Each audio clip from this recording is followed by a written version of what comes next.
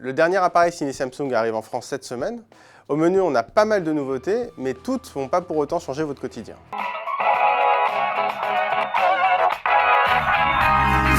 Avec le Galaxy Note 7, on a droit à un tout nouveau stylet. Ça reste le S Pen évidemment, sauf que cette année, il est plus fin. Le diamètre de sa mine a été divisé par 2 et surtout, il y a beaucoup plus de points de pression sur l'écran, ce qui le rend évidemment beaucoup plus précis. Parmi les bonnes idées de ce Galaxy Note 7, on peut par exemple rédiger un mémo à la volée, simplement en retirant le S Pen de l'appareil.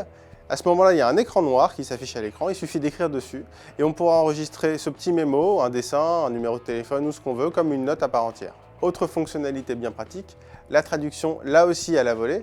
C'est encore plus simple, il suffit d'effleurer l'écran sans même le toucher avec le S Pen.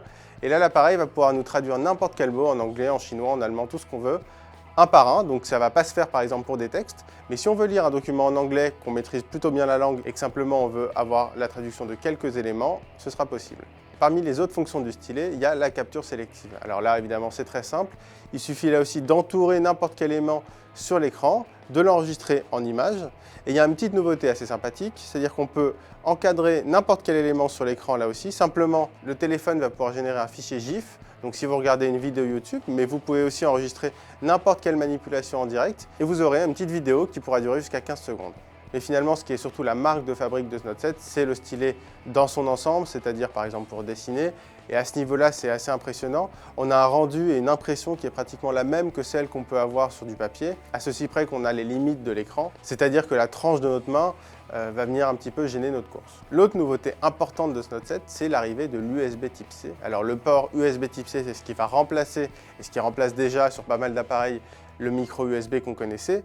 C'est pas forcément un effet waouh, mais c'est très important parce que là, Samsung mise beaucoup sur l'avenir. On peut dire que dans les 2 ans, la plupart des smartphones haut de gamme et même des smartphones en général pourraient être équipés de ce connecteur. En fait, il permet tout simplement de transférer les données et l'énergie beaucoup plus rapidement, donc des recharges plus rapides. C'est un point juste essentiel pour la durée de vie du smartphone. Parmi les moins bonnes idées, et c'est un peu dommage parce que c'était l'argument marketing de ce Note 7, c'est le scanner d'iris. L'idée est bonne parce que concrètement, il suffit de placer le smartphone en face de ses yeux pour qu'il se déverrouille, sauf qu'au quotidien, ce n'est pas vraiment l'idéal. D'abord parce qu'il y a quelques bugs, par exemple il va mal fonctionner dans certaines conditions qui sont plutôt recommandées par le fabricant sans qu'on puisse vraiment comprendre pourquoi. Dans d'autres cas, il va très bien fonctionner alors qu'on est dans de mauvaises conditions, c'est-à-dire par exemple avec de la lumière directe. Finalement, c'est un petit peu rébarbatif. Et on a un taux d'erreur qui est assez important. Alors c'est peut-être de l'ordre de 1 sur 20, sauf que lorsqu'on déverrouille 100 fois son smartphone dans la journée, on a 5 erreurs à cause de l'iris, c'est 5 erreurs de trop. L'autre moins bonne idée de ce Galaxy Note 7, entre guillemets, dans le sens où c'est utilisé comme un argument marketing, c'est l'arrivée de la compatibilité HDR. Alors on parle beaucoup de cette technologie sur les téléviseurs. Ça va arriver sur les smartphones. Le Galaxy Note 7 est le premier à l'intégrer. Théoriquement, c'est très bien. Ça permet d'avoir des images de meilleure qualité avec davantage de nuances de luminosité. Sauf que le problème, c'est qu'il n'y a quasiment aucun contenu qui est disponible actuellement.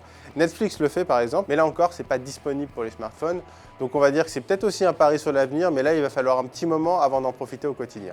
Finalement, ces 2 moins bonnes idées que sont le scanner d'iris et le HDR, c'est pas dramatique non plus dans la mesure où elles ne viennent pas remplacer quoi que ce soit, que ça n'empêche pas par exemple de déverrouiller son smartphone de façon plus classique. Ça vient compléter avec des arguments marketing qui sont peut-être un petit peu gadget, même si le scanner d'iris, il faudra surveiller de plus près.